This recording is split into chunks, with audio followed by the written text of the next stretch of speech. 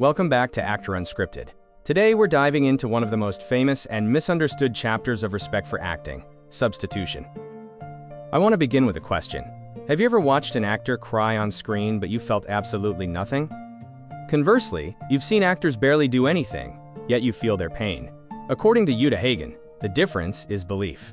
The actor who truly believes their circumstances will make the audience believe too, and that is exactly what this chapter is about. Before understanding substitution, we must clear up a misconception. People often say a great actor loses themselves in the role.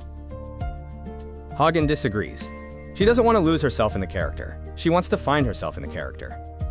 The only human you know from the inside is yourself. Your own experiences become your greatest acting resource. This process of connecting your experiences to the play's fictional world is what Hagen calls substitution. It's about finding equivalent psychological experiences. You borrow the essence of an experience, not the event itself.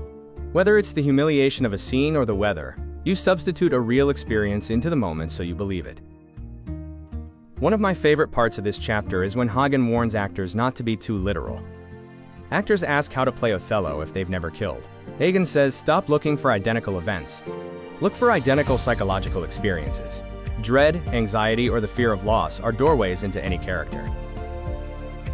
Another lesson is that substitutions are private. They belong to you, and no one else. The moment you perform your substitution instead of living the stage reality, the work becomes artificial. Substitution should never pull you away from the scene. It should push you deeper into it. The destination is the present. Finally, Hagen introduces particularization. Nothing on stage should remain general.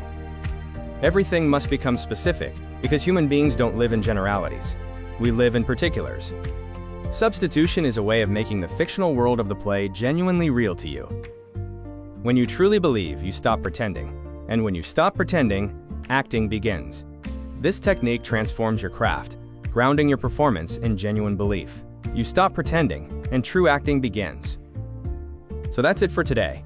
I'll see you in the next chapter, Emotional Memory.